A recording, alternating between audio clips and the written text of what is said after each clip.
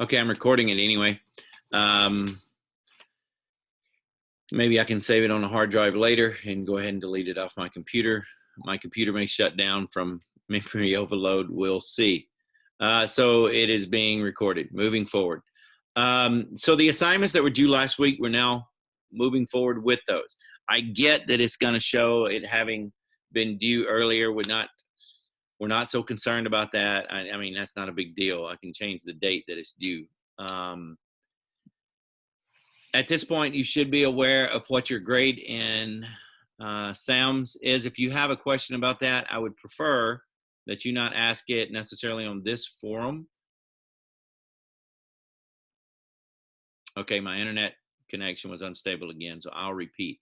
If you have a question about your grades, I would appreciate that you not ask it on this forum. Let's deal with that in direct message via email, and then I'll get back to you. I've tried to get back to everyone who has sent me a question rather rapidly.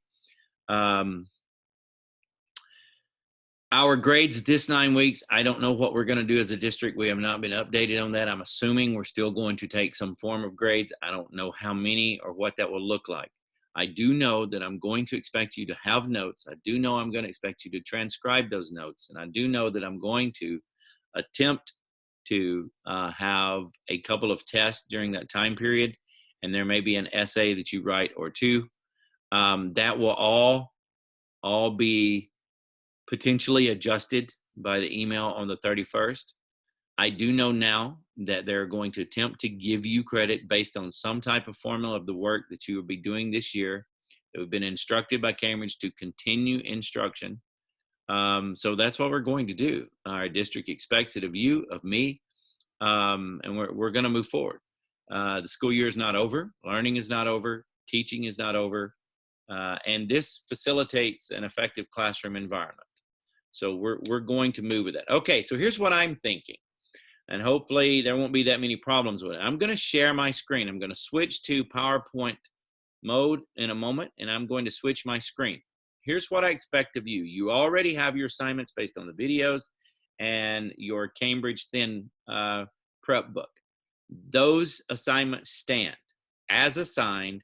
It's just I'm going to change the due date until Monday. If you have an issue with Monday, if there's a health issue in your family, if you had already been scheduled to work 12 hours Saturday and Sunday, if somebody in your family is sick, etc., send me that information separately in an email. Guys, this is a different time. I'm not trying to add created stress, or create stress for your life. I'm here to facilitate you getting credit. I'm here to help you obtain some form of educational normalcy and to help you any way I can, not to burden you. So if that's your situation, if you truly are out of pocket in a real verifiable way, then just simply email me and we'll make arrangements, okay? But right now I'm expecting you to have that submitted by Monday. I'll switch the due dates in Canvas to Monday at some point. Now, here's what we're going to do as far as the notes are concerned. I will put up the PowerPoint. I'm not expecting you to write down this information, largely because that would just take too long. We're not going to have that much class time together. We're only going to meet a couple of times a week. This Friday's meeting is sort of an exception. I don't anticipate us meeting every Friday, but we will be meeting every Monday and Wednesday now that we have some direction. This will be our second meeting of this week, and so we'll meet at least 2 times every week. So instead of writing down the notes right now, I will put up the PowerPoint. You do a screenshot. Just, Control Shift and 4, Control Shift 3. One allows you to choose what you screenshot. The other is just a full screenshot. Do a screenshot. Listen to the brief things I have to say about it, and we'll move on rapidly. Don't try to write it down now. Do that after the meeting, okay? Write down your notes and then also type them up. Got it? And we will actually do probably a grade that would be an easy grade for us to get done. That's easily verifiable, that would have an artifact. We could check that and get you a grade in the system for the 4th 9 weeks. I'm assuming that we're going to do traditional grading for the fourth 9 weeks. If that changes, I'll notify you, but that would allow us to get a couple or 3 grades this 9 weeks based on that alone. So again, screenshot, don't write down. Listen, if you have a question about what's being said, please put it over in the chat. Hopefully I haven't lost you already. I see that we still have 21 participants, so that's positive. Here we go. We ready? Anybody have a question about the structure before I transition into the notes?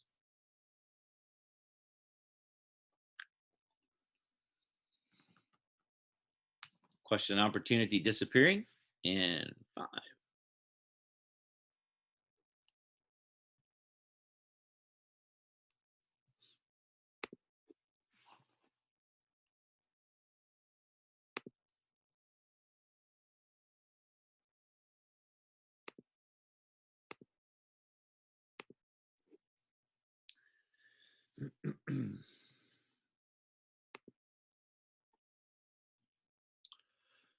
Okay, can everyone see the screen? Are the names blocking the screen at all? Hey, Krista, your name is at the top of the list on my right side of the screen, okay? So I'm about to unmute you. I'm giving you a heads up for a moment. It won't turn on your camera, don't panic. I'm about to unmute you so you can answer this question, okay? If I speak directly to you and ask a specific question during this time, I will unmute you and you actually audibly answer. That way we can facilitate the interaction much more quickly. Yeah. So Krista, here we go. Let's try this. Krista, is the name and minimized window blocking part of the screen? Like the block of names? Yeah, the block of names. What? It's like the right side of the screen. So you're literally saying a very mirrored image of what I am seeing, then it's blocking part of the presentation. Okay, so I need to somehow minimize that here. How's that? Can you see it? All I see is the email.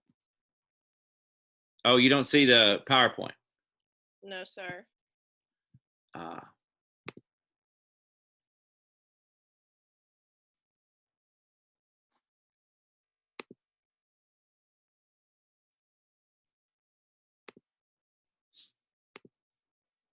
Okay, how about now?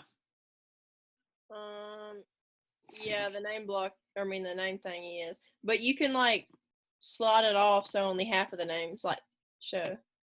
Okay, well never mind, no you can't. Okay, I dragged mine to the bottom and it doesn't actually cover the words. Does that work for you? Oh yeah, that does work. Okay, so everyone, if you would drag the name bar down to the bottom so it doesn't cover the words. I also think that you can, yep. Was everyone able to see the hide the thumbnail that I just did, the minimize? Krista, were you able to see me minimize that window? Yes, sir. I did it on mine. Okay.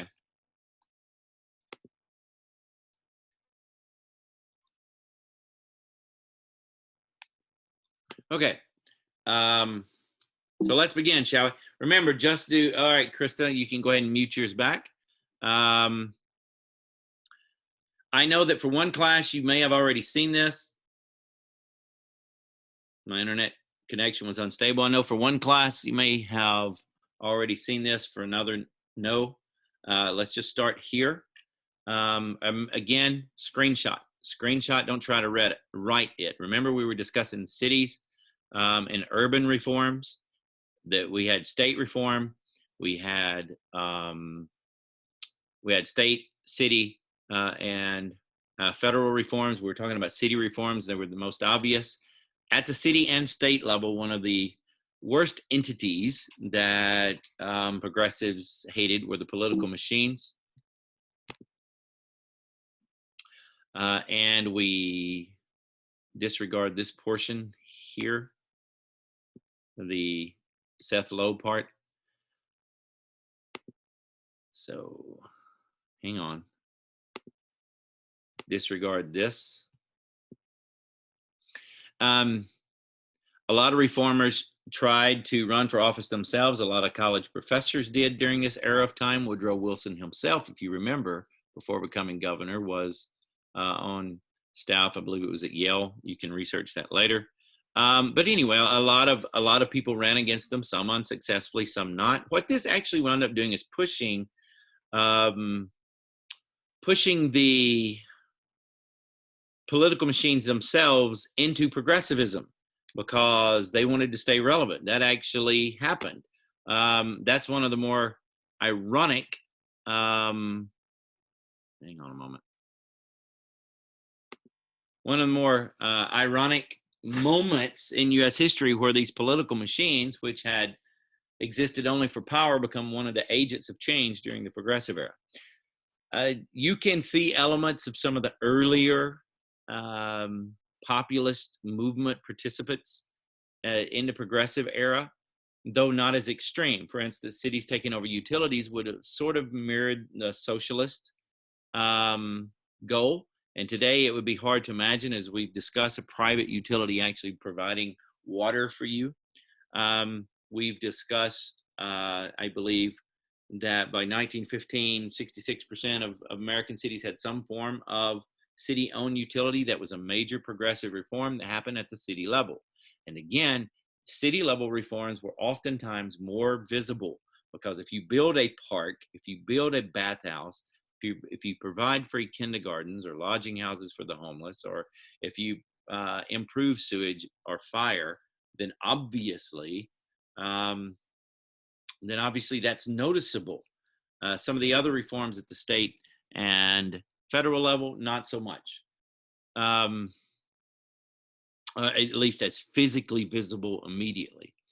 Also, we discussed in one of the classes the Wisconsin solution, this Wisconsin idea. During this era of time, Wisconsin became almost a synonym for progressivism. They were sort of a test tube. That's a wrong term. That's a weird term. A lab is a better term. Woo, how fun. A lab for progressive ideas. And the Lafollettes were varied, the governors, and there were 2 or 3 of them eventually from Wisconsin. Robert Battling Bob LaFollette being the most famous governor who was progressive, also Hiram Johnson in California. A lot of their reforms were aimed at increasing power to voters because if they hated political machines, then obviously the way to overcome political machines is to give voters more power. I've listed here 5 important voter gains made during the progressive era: direct primaries, the 17th Amendment. Hopefully you're taking screenshots. Let me see how that's going.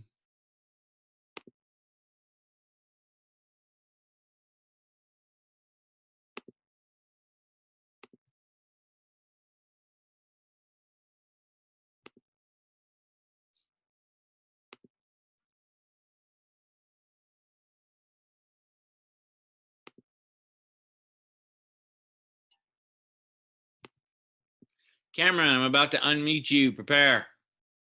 You ready? You ready? 3, 2, 1. Cameron, how goes the screenshots? I think I got all of them. So it's simple to do? Yeah. Okay.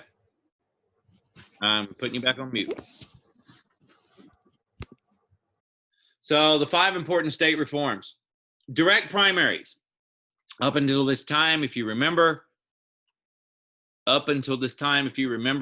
political machines at the state level decided who was going to run for office for the parties, and would actually choose a lot of the would make all the final decisions on candidates for the state voters. Direct primaries allowed voters to do exactly that, have a primary election, an election which came first, allowed the people to choose the candidate. 17th Amendment, one of your progressive amendments. Excuse me, that's not COVID. Better not be. Excuse me.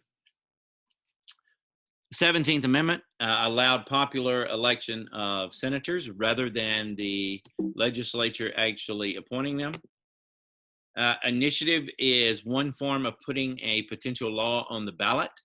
A referendum is another. Initiative is where citizens take it upon themselves to obtain a certain number of signatures and propose an actual law and then vote on that law. A referendum is very similar, but it's where the legislature refers, quote unquote, the law to the people for approval or rejection. Voters also demanding the right of recall, where you could actually recall a public official from office if they weren't doing that which they had promised, or if they were involved in corruption. Workplace reforms were one of the most significant reforms of the progressive era. If you have not decided yet what topic of video you want to watch, I would encourage you to watch a video on the Triangle Shirtwaist Factory. Here. Now, that link will not work because that's a link that goes to my computer. But just look up at the Triangle Shirtwaist Factory. The Triangle Shirtwaist Factory was a horrendous accident in New York City. It was in a textile factory. It was on a Saturday. It was near a park. There were thousands of people out and about. And it was populated largely by, as was the case during that time period, young women who worked in the textile factories. The fire entrances were blocked. Only one entrance was available. It was a tinder box anyway, and a tinder box means, you know, a box full of tinder, literally very flammable, because if you've ever cut cloth, you can see the fray enter the air. So you can imagine what a textile sweatshop factory would have been like. And there was no fire protection. The fire broke out. Not enough people could escape. Many tried to go down a fire escape that was on the side, and it collapsed and it killed those that were on it. Eventually, 146 died. It was a horrible situation where people were trying to make a decision to jump from the window and or perish in the fire. And thousands of people gathered watching this fire helplessly as one after another young lady plummeted to their death. It was the worst workplace tragedy in U.S. history prior to the Oklahoma City bombing. Now, if you really want to get Americans fired up, now remember, this also is happening at the exact same time that the media and yellow journalism and selling more and more copies of newspaper. So immediately that's plastered everywhere. And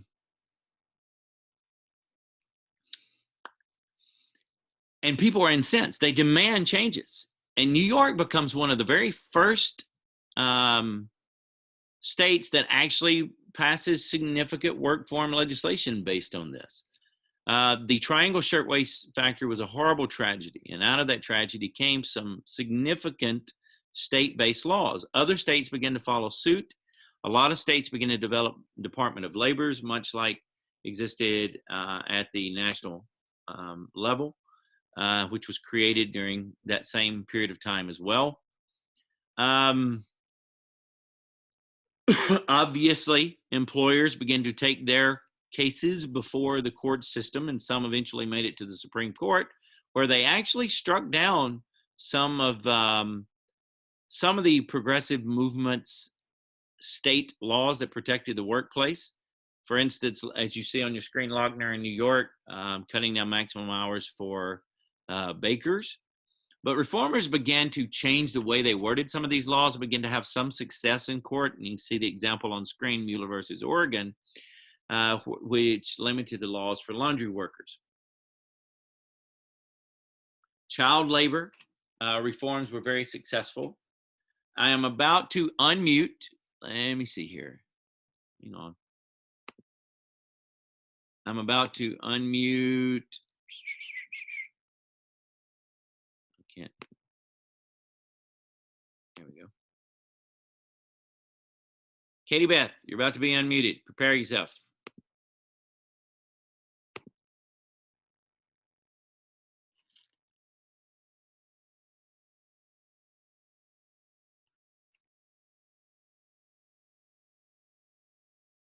Okay, Katie Beth, why would child labor laws upset some or a lot of urban poor? Why would child labor laws upset certain urban poor? Go. Did the child labor laws restrict the children from working or like added them more hours into working? Yes, the child labor laws would have been labor laws which restricted the amount of time or even in some cases abolished it. As you can see, child labor was pretty much all but abolished in 30 states, meaning they could only work in a lot of places in a family business type situation. So, why would some urban poor actually hate those laws? Because they wanted the children to work Because they needed what? to get money. Yeah, They I mean, needed money. absolutely right. Oftentimes, it was the difference between having groceries or not. Thank you for your participation. Um, let's go with here, and you're back to mute.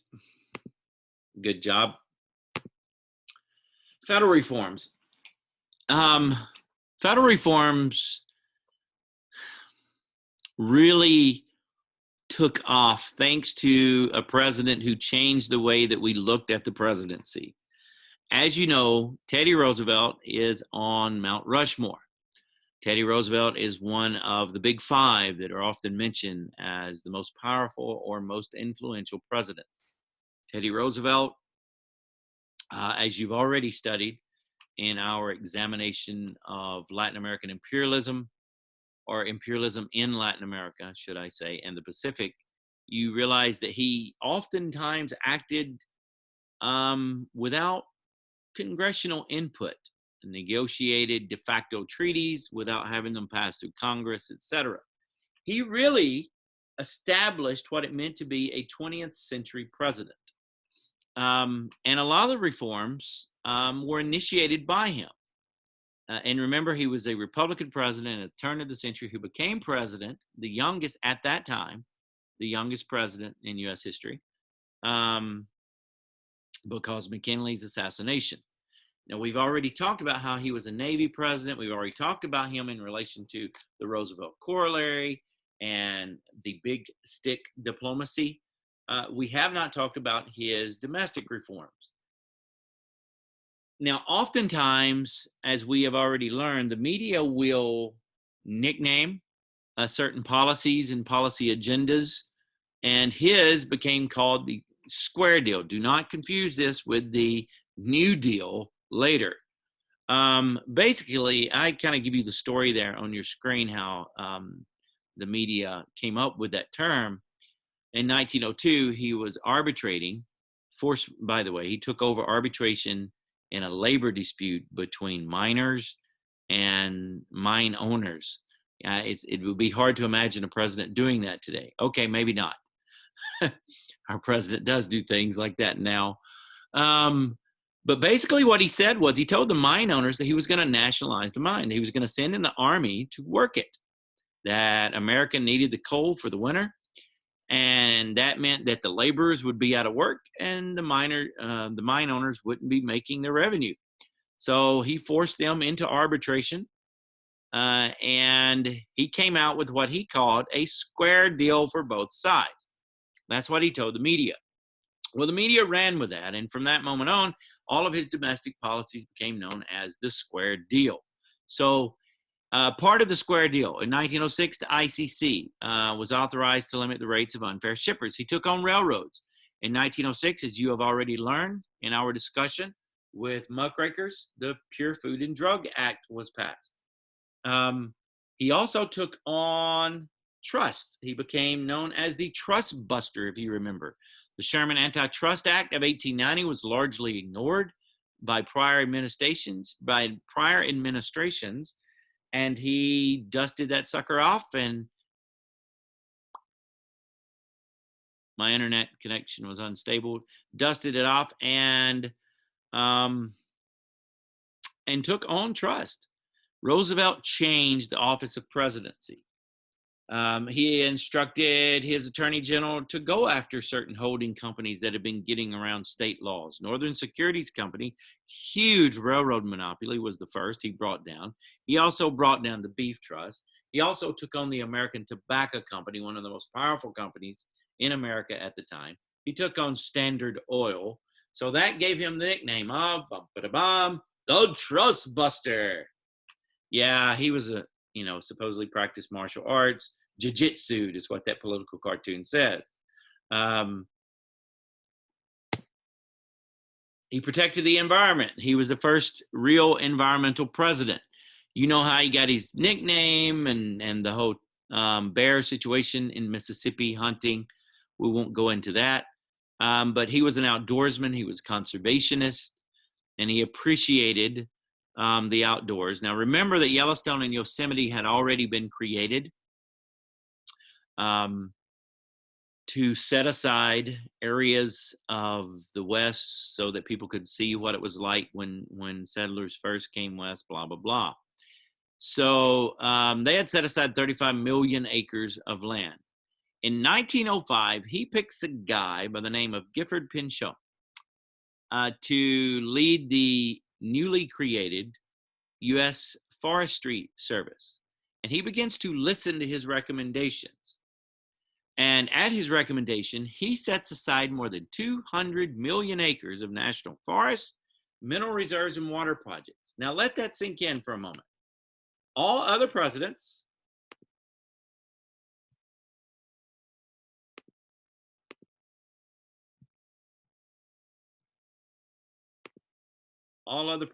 had, okay, I'm trying to get a technical thing worked out here, so hang on. All other presidents had set aside 35 million acres collectively before him. He, alone, 200 million acres.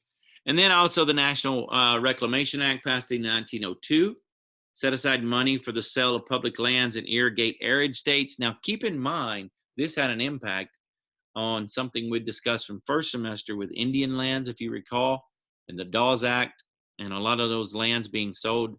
A lot of lands in the early 1900s and 1910s were sold Native American land because now irrigation had become available due to the National Reclamation Act. It's not as though the National Reclamation Act was a land grab. It facilitated private land grabbing and speculation because it began to irrigate the Southwest. But it was an incredible act in what it actually accomplished scientifically and provided the resources for. We irrigated areas that could never be farmed before. In 1912, I knew we're exiting, by the way, Teddy Roosevelt's time in office, but a new labor department was created. A children's bureau was created within it. In 1913, that labor department was elevated to the cabinet level. A women's bureau was added in 1920. Imagine that. Right to vote, boom, women's bureau.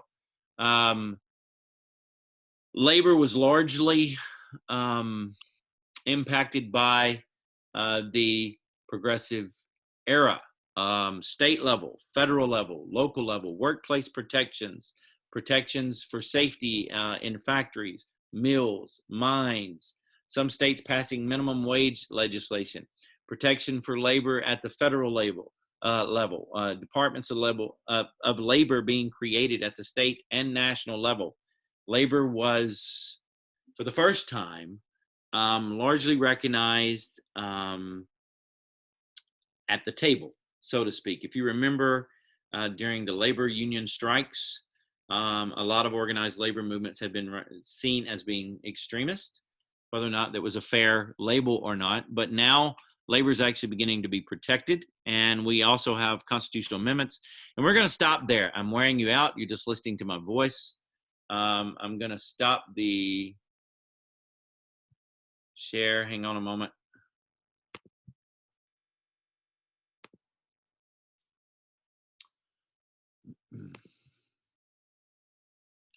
All right, I am opening it up. I am going to stop the recording now. If I can find the record option, yeah. I'm going to stop the recording. here because we've now covered the lecture, the little bit of notes there. And the rest of it will be about questions. So do keep in mind that Monday, same time, same place. Hopefully you can reach out to those individuals who were not here today, Mackenzie and George and Anna, and let them know that this is something they're going to need to do. I know that we did obtain George and Mackenzie later, so that's good. So if somebody could reach out to Anna and let her know. I will be trying to share the videos in some format. It may wind up having to go on our YouTube channel. I don't know. But it's just to kind of, it's not a full lecture. It's not full explanation. It's not all the storytelling. It's just covering the basics to help you, to help facilitate understanding of the slide that you're looking at. I'm stopping recording now.